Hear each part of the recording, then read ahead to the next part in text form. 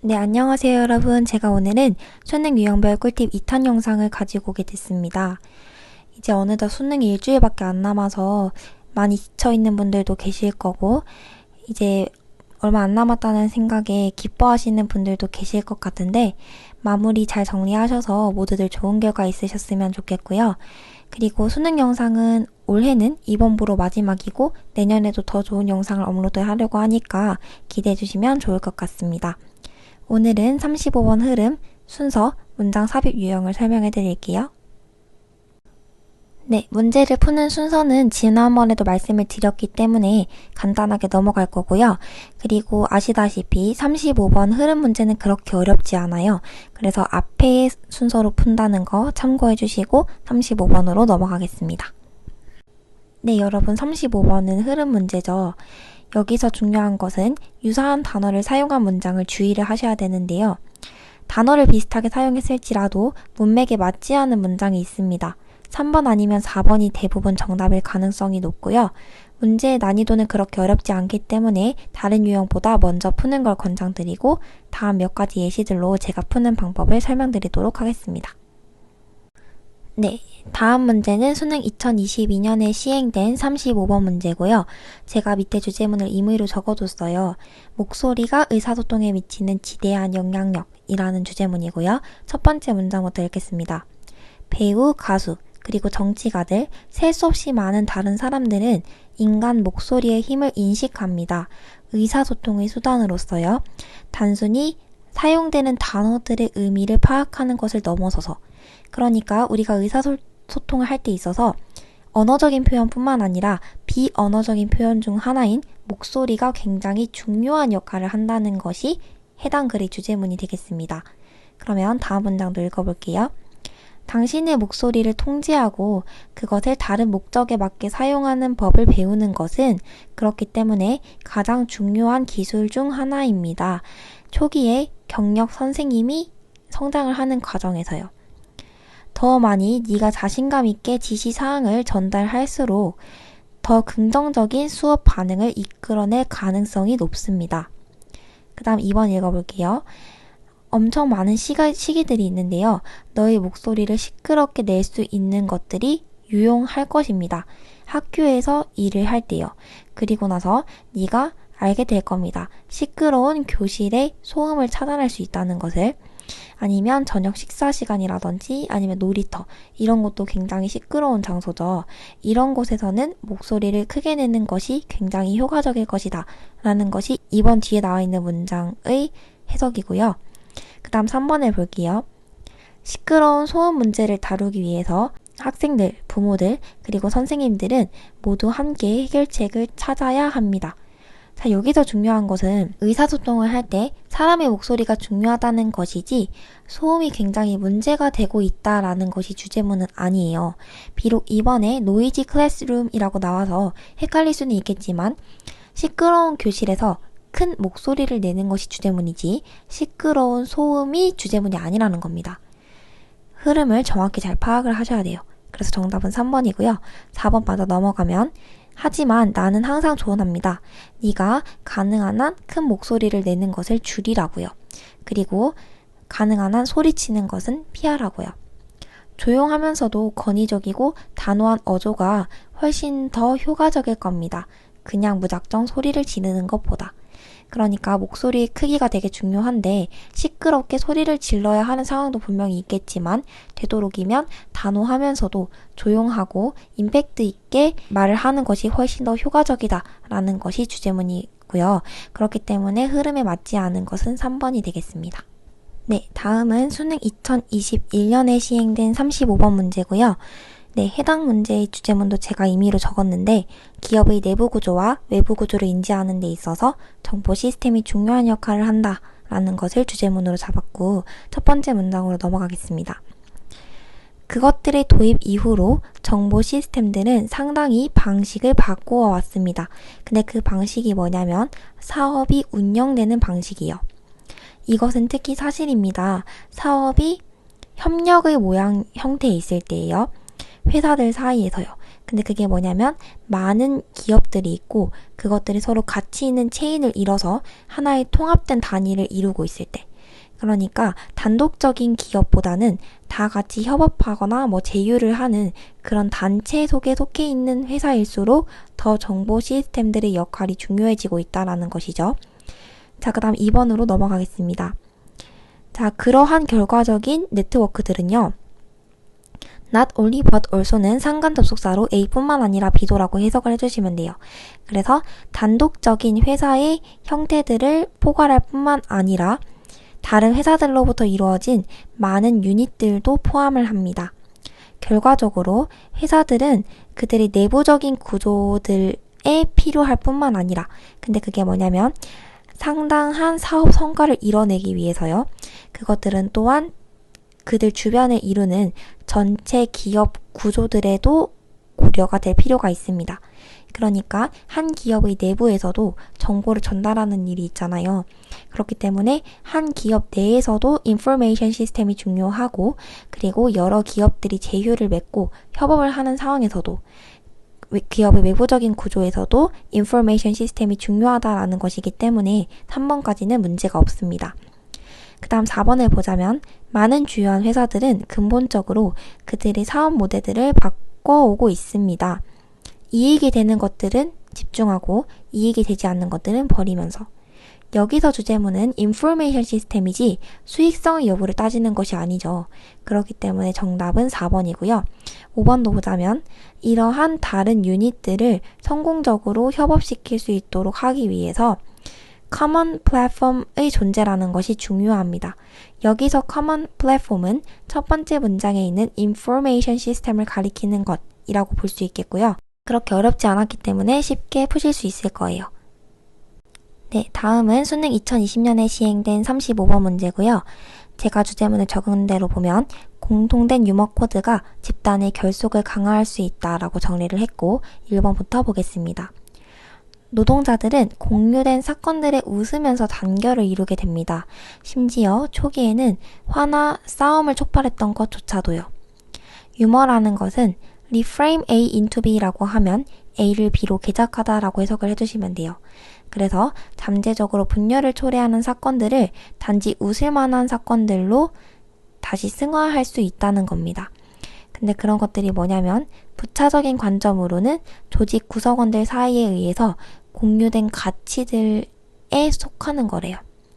그 다음 밑에 문장 보면 반복적으로 유머러스한 사건들을 상기한다는 것 자체가 결속력을 강화하는데 근데 그것은 바로 회사 가치들의 주요한 핵심 키워드래요. 한 팀이 말했습니다. 반복된 이야기를요. 덤스터 파이어에 대해서. 그것이 표면적으로 봤을 때는 그다지 웃겨 보이지 않지만 그 노동자들의 반응을 봤을 때 안전을 보존해야 된다고 동기부여를 받으면서도 직장에서 많은 부서원들에 의해서 오랜 시간 공유된 이야기이기 때문에 이것이 웃음까지도 유발을 한다는 것이죠. 이렇게 공유된 사건들이라는 것은요, 결국 소속감이라는 감정으로 이어지게 됩니다. 왜냐하면 너는 그곳에 있어야 하기 때문에 라는 감정을 불러일으킨다는 것이죠. 이러한 것들이 유머처럼 보이게 되는 것이고요. 멤버가 아닌 사람들은 웃을 수도 없고 웃지도 않을 거래요. 그 다음 3번을 보자면 유머는 쉽게 사람들의 주의를 포착할 수 있기 때문에 commercial 하면 상업 광고입니다. 여기서 광고 이야기를 하는 것이 아니죠. 정답은 3번이고요. 4번 넘어가자면 유머의 예시들은요. 유대감을 형성하게 됩니다. 회사 구성원들 사이에서. 그렇기 때문에 유머를 이해하는 것은 심지어 요구가 된대요. 비공식적인 틀을요. 그러니까 기업에 있어서 조직 구성원들의 공통된 결속을 이뤄내는 것이 바로 공유된 사건에 대한 유머, 그것들로 이루어진다는 겁니다. 이것이 우리 팀, 그리고 우리 팀이 아닌 사람들을 구분짓는 하나의 경계 같은 역할을 하기도 한다는 것이죠. 네, 다음은 36번에서 37번 순서 문제의 핵심입니다. 여기서 중요한 것은 주제문과 다르게 해석으로만 접근하시면 더 헷갈리는 경우가 있기 때문에 단서를 반드시 잡으시고요. 그리고 순서 유형이 1번인 경우는 극히 드물기 때문에 참고해 주시고, 여기서 단서라는 것이 대명사나 접속사, 지시 형용사 같은 것들을 의미합니다. 다음 몇 가지 예시들로 제가 순서 문제를 어떻게 푸는지 보여드릴게요. 네, 그러면 수능 2022년에 시행된 37번 문제를 예시로 보여드릴게요. 박스친 문장을 먼저 읽어보자면, 물에 사는 벼룩이라는 매혹적인 종들은요, 유연성이라는 것을 제시를 하는데, 그것이 뭐냐면 진화적인 생물학자들이 말하기로는 적응 가소성이라고 부르는 것이라고 합니다. 그러니까 어떤 상황에서든 잘 적응을 하고 유연하게 대처를 할 줄 아는 것이 바로 워터풀리의 특징이라는 것이겠죠. 그리고 ABC 같은 경우에 첫 번째 문장을 먼저 읽어보시면 되는데요. A번 첫 번째 문장을 보면 That's a clever trick. 적응을 잘한다는 것 자체가 속임수라고 하는 것은 말이 안 되죠. 그래서 A번은 탈락이고요. B번 첫 번째도 보자면 만약에 새끼 물벼룩이 성인으로 개발이 된다면, 근데 그게 뭐냐면 chemical signature of creatures that prey on water flea. 그러니까 이 water flea에 대한 어떤 포식자를 가리키겠죠. 화학 물질을 뿜어내고 있는 걔네들이 있는 경우에서 걔네들은 헬멧이나 아니면 가시 같은 것들을 스스로 보호하기 위해서 개발하는데, 만약에 포식자들이 없는 경우에서는 굳이 이러한 것들을 만들지 않는다라는 것이고, 10원을 보자면 그래서 이러한 플라스티시티 라는 것은요, 적응 이론에서 당연한 것입니다. 이러한 특징은 뭐냐면 종들이 존재할 수 있게 만드는 특징이니까요. 왜냐면 그 피트니스, 그러니까 적자 생존에 기여를 하는 것이기 때문에. 여기서 힌트는 디스플라스티시티라는 거예요. 디스라는 지시 형용사도 제가 앞에서 말했던 단서 중에 하나에 해당되죠. 우리가 박스친 부분에 보면 바로 플라스티시티라는 문장이 나왔기 때문에 그대로 10원을 받아주는 것이 가장 자연스럽습니다. 그 다음 마저 읽어보면 많은 경우들이 있습니다. 많은 종들을 가로질러서요. Adaptive Plasticity에 대한 예시로. 이러한 가소성이라는 것은 생존에 굉장히 도움이 됩니다. 만약에 환경에 충분한 변수가 있을 경우. 그 다음에 A번 첫 번째 보면 그치만 이것은 명백한 속임수다. 왜냐하면 가시들이나 헬멧을 생산한다는 것 자체가 굉장히 값이 많은 드는 일이래요. 그러니까 에너지 측면에서라고 했으니까 에너지를 굉장히 많이 소모를 하게 되나 봐요. 그리고 나서 에너지를 보존한다는 것은 유기체의 생존하고 재생산하는 능력에 필수적입니다. 그렇기 때문에 워터풀이라는 것은 단지 에너지를 소비합니다. 걔네들이 필요할 때만. 그래서 어떨 때 필요할까요? 당연히 포식자가 있는 상황에서만 필요하겠죠. 그래서 when in needs to에 대한 예시가 바로 B입니다. 그래서 순서는 C, A, B로 골라주시면 되겠습니다. 여기서 단서는 A번의 첫 번째 that, 그리고 C번의 this라는 지시 형용사와 지시 대명사가 힌트였다는 것도 참고해주세요. 네, 다음은 수능 2020년에 시행된 37번 문제고요. 박스친 문장 먼저 읽어보자면 전문가들은 에너지 효율성을 촉진시키는 수많은 방식들을 알아왔다. 불행히도 많은 그것들은 비용 효율적이지 못하다. 이것이 근본적인 요구사항이다. 경제적인 관점에서도 에너지 효율성 투자를 하자고. 그러니까 비싼 거 말고 이제 저렴한 거 좀 찾자 이 말이죠. C번 첫 번째 문장 읽어보자면 하지만 그러한 비용 효율성을 계산한다는 것은 쉽지가 않다. 단순히 사적인 비용들만 찾는 것이 아니라, 그리고 우리가 절감해야 될 만한 것을 비교하는 것이 아니니까. 자, 그래서 첫 번째는 10원이 돼야 되겠죠. 왜냐하면 search라는 것도 그러한이라고 해서 하나의 단서가 될 수 있거든요. 박스 바로 위에 보면 에너지 에피시엔시에 대해서 고려를 하자라는 것이 나왔고, 이렇게 비용 효율성을 고려한다는 것이 어렵다라는 문장이 먼저 나와줘야 돼요. 그 다음에 우리가 B를 볼게요. 단순히 프리베이트만 찾는 것이 아니라 외부적인 효과, 그러니까 거시 경제학적인 측면도 고려해야 된다라는 것이 나오는 게 자연스러워요. 효율성을 개선한다는 것 자체가 마크로 에코노믹 이슈들에 관한 겁니다. 그러니까 거시적인 경제학적 관점에서 되게 중요하다는 거죠. 그리고 나서 A번 보면 그리고 이것이 직접적인 여파를 가져다 줍니다. 개인적인 단계들에서도요. 여기서 A번에서 디스가 가리키는 것이 마크로 에코노믹에 대한 측면이 되겠고요. 그 뒤에 문장은 마이크로, 그러니까 미시학적인 측면들이 나옵니다. 그래서 정답은 다음과 같이 골라주시면 되겠습니다. 네, 다음은 수능 2021년에 시행된 36번 문제고요. 여기서도 중요한 단서를 잘 잡으셔야 돼요. 박스친 부분을 먼저 보자면 It is increasing prices that drive providers to search for new sources, innovators to substitute, consumers to conserve, and alternatives to emerge 라고 해서 가격을 증가시키는 몇 가지 요인들이 나와 있고요. 그리고 B번 첫 번째 문장을 보면 특정 물품이나 서비스에다가 세금을 매기는 것, 그렇게 증가한 가격들이 결과적으로 이러한 자원들의 사용을 줄어들게 만들거나 혹은 새로운 자원이나 옵션들에 대한 혁신들을 줄어들게 만든다고 합니다. 그렇기 때문에 여기서 단서는 쏘가 돼요. 쏘나 서치 같은 경우에는 그렇게, 그러한이라고 해서 앞에 나온 것을 받는 경우가 있죠. 그리고 나서 B번의 두 번째 문장을 보더라도 these resources라고 해서 these가 또 하나의 단서가 될 수 있다고 했습니다. 여기서 these resources는 박스 안에 있는 new sources를 가리킨다고 볼 수가 있겠죠. 그렇기 때문에 B번이 먼저 나와주고요. 그리고 B번 마지막 문장을 보면 정부에 의해서 수행된 것이 있다고 하고, 그리고 A번 첫 번째, 그러한 그린 텍스트에 대한 예시가 있습니다. 라고 해서 어떤 쓰레기들을 처분하는 데 있어서 세금을 매기는 거예요. 그러한 세금을 매기면 쓰레기, 낭비를 줄일 수 있다라는 것이 그린 텍스라는 제도인 거죠. 그리고 그 결과들은 상당히 재활용을 증가시켰고 유용한 주의를 불러일으키고 있습니다. 그렇기 때문에 순서는 B, A, C로 고르는데 크게 어려움이 없으셨을 거라고 생각합니다. 네, 다음은 문장 삽입인데요. 제가 생각했을 때 수능에서 가장 어려운 유형이 빈칸 33번, 34번과 그리고 39번 문장 삽입이라고 생각을 해요. 여기 문장 삽입도 마찬가지로 해석으로만 접근하지 말고 단서를 잡으셔야 되거든요. 접속사나 대명사, 지시 형용사 등의 단서를 명확히 잡으셔야 되고요. 그리고 이것은 난이도가 높기 때문에 다른 문제들을 확실히 맞춘다고 생각하시고 39번은 마지막에 푸는 것을 권장드립니다. 네, 그러면 수능 2021년에 시행된 38번의 문제를 예시로 제가 어떻게 푸는지를 보여드릴게요. 박스친 문장을 먼저 읽어보면 새로운 직위에 대해서 현재의 노동자들을 재훈련하는 것은 또한 그들의 두려움과 해고될 만한 어떤 걱정들에 대해서 줄여줄 수가 있습니다. 그렇기 때문에 여기서 이제 밑에 읽어보시면 아시겠지만 로봇이 도입됨에 따라서 인간 노동자들의 두려움과 걱정이 증가하고 있다라는 내용이거든요. 여기서 also는 나열을 가리키는 것으로 위에 대해서 어떤 해결책이 나올 거 아니에요?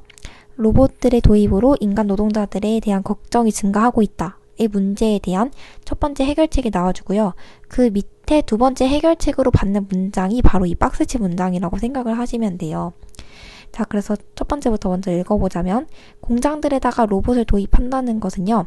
인간 노동자들의 고용이 점점 감축되는 와중에 두려움과 걱정을 불러일으킬 수 있습니다. 그렇기 때문에 적어도 이러한 두려움들을 완화시키고 방지하는 것이 관리에 있어서 중요한 책임감입니다. 예를 들어서 로봇들은 새로운 발전소에 도입이 될 수 있습니다. 기존의 조립 라인들에서 인간들을 대체하기보다요. 노동자들은 New Factories Planning, 새로운 공장의 어떤 계획에 있어서 포함이 되어져야 합니다. 혹은 기존의 플랜트들의 로봇이 도입되는 그런 전 과정이 있을 거 아니에요. 계획안. 그런 계획안에 있어서는 인간 노동자들이 필요하다는 것이죠. 그래서 그들은 그러한 과정에 참여를 할 수가 있게 됩니다. 로봇들도 제조 비용들을 줄이는 데 있어서 굉장히 필요시 됩니다. 왜냐하면 그 회사가 경쟁력을 갖출 수 있으니까요. 하지만 그러한 비용 감축들에 대해서 계획을 하는 것조차도 결국에는 노동력과 관리에 의해서 행해져야 합니다. 여기서 Labor and Management는 결국 누구를 가리킬까요? 로봇일지 인간인지 생각을 해보면 결국에는 노동력을 행사하는 것은 인간이기 때문에 Labor and Management는 인간이 되겠죠. 그래서 로봇의 도입으로 인간 노동자들의 감축이 일어나고 있는 것은 불필요하다는 거예요. 그래서 첫 번째 해결책이 로봇들에 대해서 투입을 하는 것, 그 전체를 총괄하는 과정에 인간이 투입이 되거나 아니면 인간 노동자들을 리트레이닝 하는 것이 좋다라고 해서 두 번째 해결책이 5번에 나와주고요. 자, 그래서 그 다음 문장도 읽어보면 로봇들은 특히나 매우 반복적인 단순 노동에 적합한 것들이지만 대체된 인간 노동자들도 또한 관리나 어떤 결정권에 있어서는 로봇들이 행하지 못하는 것들을 할 수 있습니다. 5번 앞에 해결책 1번이 나와줬잖아요. 플래닝 과정에 인간을 투입하자. 그리고 나서 두 번째 해결책인 리트레이닝 하자가 바로 5번에 들어가줘야 해서 정답은 5번을 골라주시면 됩니다. 네, 다음은 수능 2022년에 시행된 39번 문제고요. 박스치 문장을 먼저 해석해보면 There's a reason for that. 그것에 대한 이유 하나가 다음과 같습니다. 전통적으로 공원의 디자이너들은 그러한 감정을 만들기 위해서 시도했습니다. 공원의 바운더리에다가 키 큰 나무들을 심는다든지 아니면 돌벽들을 건설한다든지 그리고 다른 분할의 수단들을 건설함으로써 어떠한 감정을 불러일으키는 건지 여기서 such a feeling도 단서가 될 수 있겠고요. 그리고 for that, 그것에 대한 이유라고 해서 that이라는 지시 대명사가 무엇을 가리키는지에도 집중을 한다면 정답을 쉽게 고르실 수 있을 겁니다. 첫 번째부터 읽어보자면 협상자들은 방법들을 찾기 위해서 시도를 해야 된대요. 근데 그 방법들은 큰 덩어리들을 작은 것들로 자를 수 있는 방법인데 그런 것들을 살라미 택틱이라고 알려져 있다고 합니다. 그렇게 양적이고 거대한 유닛으로 표현이 될 수 있는 조직들은 잘라지기가 쉽습니다. 예를 들어서 보상에 대한 수요들은요. 작은 센트 단위로 나눠질 수가 있고요. 그러니까 시급 단위로 그리고 나서 세입률들도 그 평발피트당 얼마의 달러인지로 나누어질 수 있대요. 그래서 when working to fractionate issues of principle or precedent 어떤 원칙들에 있어서 혹은 과정들에 있어서 어떤 덩어리들을 분할해내는 일을 할 때 있어서 부서원들은 time horizon 어떤 시간의 지평선이라는 것을 사용을 해야 되는데 이것이 뭐냐면 어떠한 원칙이나 아니면 사건들이 언제까지 유효할지 시간의 지속성에 대한 끝이라는 감정을 말을 하거든요. 타임 호리즌은. 그래서 여기서 박스치 문장에서 such a feeling이 가리키는 것이 바로 타임 호리즌이에요. 네, 타임 호리즌이라고 하는 것은 계획 지평선이라고 해서 플래닝 호리즌이라고도 하는데요. 특정 일 같은 것을 평가하거나 종료할 때 고정되어 있는 시점을 가리켜요. 그래서 딱 시간이 정해져 있으면 예를 들면 하루의 끝이나 주말이나 아니면 월말과 같이 단기적인 어떤 시간의 끝이라는 개념도 중요한데 어떤 거시적으로 봤을 때 큰 포트폴리오를 끝내는 시간을 정해놓는 걸 말해요. 이렇게 시간을 정해두게 되면 큰 덩어리들의 개념을 작게 쪼갠다라는 것 자체가 시간에 대한 어떤 기한들을 느끼게 해줌으로써 좀 더 효율적이라는 것이죠. 그래서 4번 뒷부분도 보면 또 다른 접근법은 원칙들이 적용될 수 있는 방법들을 다양화하는 것입니다. 예를 들어서 한 회사가 A Family Emergency Leave Plan, 한 가족의 비상 휴가 계획이라는 것을 고안을 할지도 모릅니다. 노동자들이 기회를 가질 수 있도록 해주는 거예요. 회사로부터 멀어질 수 있는 거죠.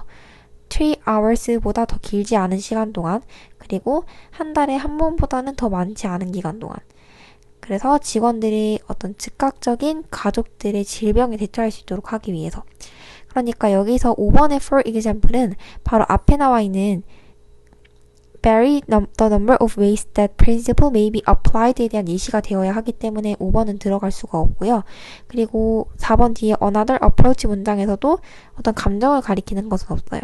그래서 뭔가 시간의 끝을 정해놓는다는 그런 급박함을 가리키는 것이 여기서 지칭하는 타임 호리즌이기 때문에 정답은 4번으로 골라주셔야 합니다. 네, 이제 수능이 정말 일주일도 안 남았어요.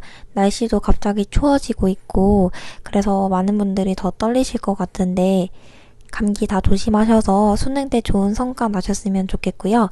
그리고 이제 편입 준비하시는 분들도 한 달가량밖에 안 남았잖아요. 제가 작년 이맘때 정신적으로도 너무 힘들고 불안하고 체력적으로도 많이 힘들었던 게 기억이 나는데 수능을 준비하시는 분들이건 아니면 편입을 준비하시는 분들이건 모두 건강 잘 챙기셔서 평소 자신의 역량보다 좋은 성과 나셨으면 좋겠습니다. 네, 그리고 편입 관련해서 자소서라든지 아니면 서류 같은 거나 시험 칠 때 유의사항 이런 거 궁금해 하시는 분들이 많으셔서 제가 다음 영상은 오픽 IH 꿀팁 영상이랑 그리고 편입 A to Z라고 해서 편입에 관련된 유용한 정보들을 정리해서 올릴 생각이니까 다음 영상도 기대해 주시면 좋을 것 같고요. 그리고 유니 브이로그는 제가 경희대학교에서의 일상을 올리거나 제 일상을 올리는 건데 제 일상에 관련된 브이로그도 많이 시청을 해주시면 좋을 것 같습니다. 네, 그러면 모두들 건강 잘 챙기시고요. 수능 준비생분들, 편입 준비생분들 모두 화이팅 하셔서 좋은 성과 나시길 응원합니다. 네, 이번 영상도 시청해주셔서 감사하고요. 다음 영상도 더 기대해주시면 좋을 것 같습니다. 감사합니다.